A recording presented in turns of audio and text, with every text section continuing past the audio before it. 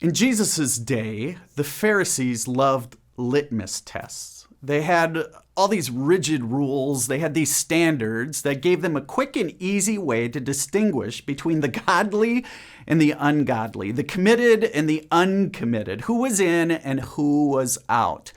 And by following every letter of the law, it ensured that they were at the front of the pack when it came to faith.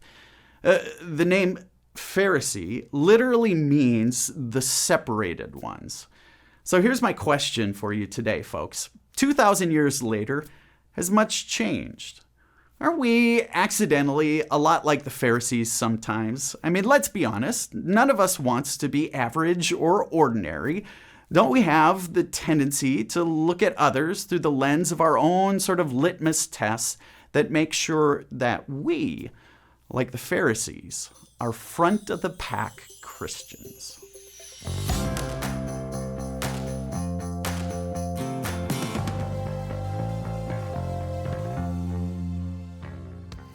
Folks, have you ever noticed how people I'd consider committed Christians are often fond of talking critically about other Christians? Have you ever noticed this? We have stereotypes, you know this, of other denominations and other churches that we regularly use. We sort of can't help ourselves from keeping score with the church down the street or that neighbor who might be of a different flavor of Christianity than you are.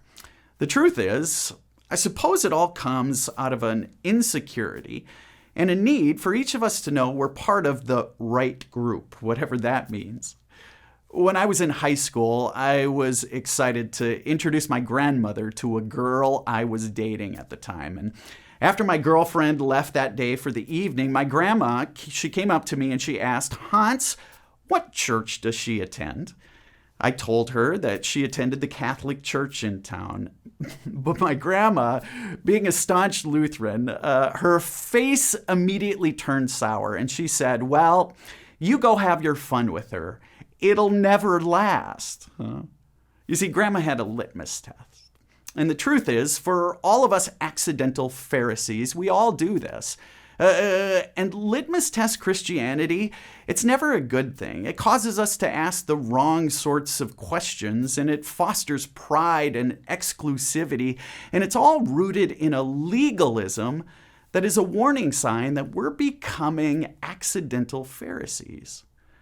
Far too many of us grew up in churches and homes where old school Christian legalism is all we knew. It was a version of Christianity that was more concerned with what was in your refrigerator or what was happening in your bedroom than it was with what was going on in your heart. There were all the rules, right? Good Christians don't drink. Good Christians act with modesty in the bedroom. Good Christians don't go to movies, don't play cards, don't wear their hair long. They don't have tattoos. They don't ride motorcycles. One day, a dear elderly woman from our church, a church I served previously, she shared how way back when she was in high school, she desperately wanted to go to the school dance. Now, way back then, she said dancing was frowned upon not only by her church, but her religiously conservative parents as well. But her parents let her go. She told me how excited she was, but her excitement turned to fear when she arrived at the high school dance. And get this, her pastor was at the door of the school asking the girls to get down on their knees before they entered the dance to make sure their skirts were of the appropriate length for a good Christian girl. You see, the worst thing about all the legalism that has seeped into Christianity is what it has done to the things that Jesus held on to the tightest: mercy, grace, humility. You see, legalism sees mercy and grace as sort of compromise that waters down faith.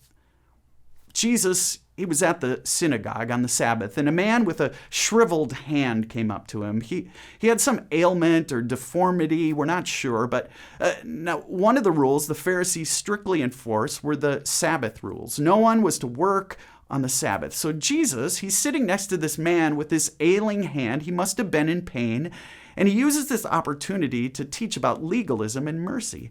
He asks the man who's clearly in pain to stand up in front of everyone.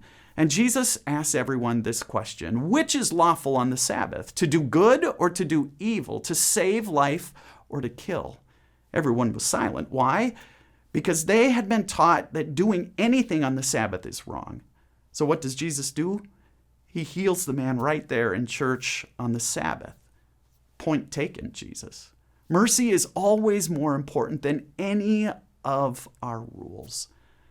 Friends, one of the tendencies of passionate Christianity is that we unintentionally fall in love with rules, with right behavior and wrong behavior, a proper way of doing things, an improper way of doing things.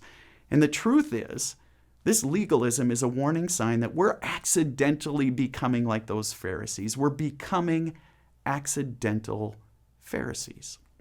So today, as we close, here are a couple of questions for you. Do you, now be honest, find yourself naturally drawn toward the clear-cut lines of litmus test Christianity, where there are clear-cut expectations or rules about the Christian life, or are you repelled by this idea? And secondly, accidental Pharisees are often driven by the fear that showing too much mercy and grace will lead to a compromised faith and half-hearted commitment. Why do we see it this way? Folks, thanks for tuning in. We'll see you tomorrow for session 4.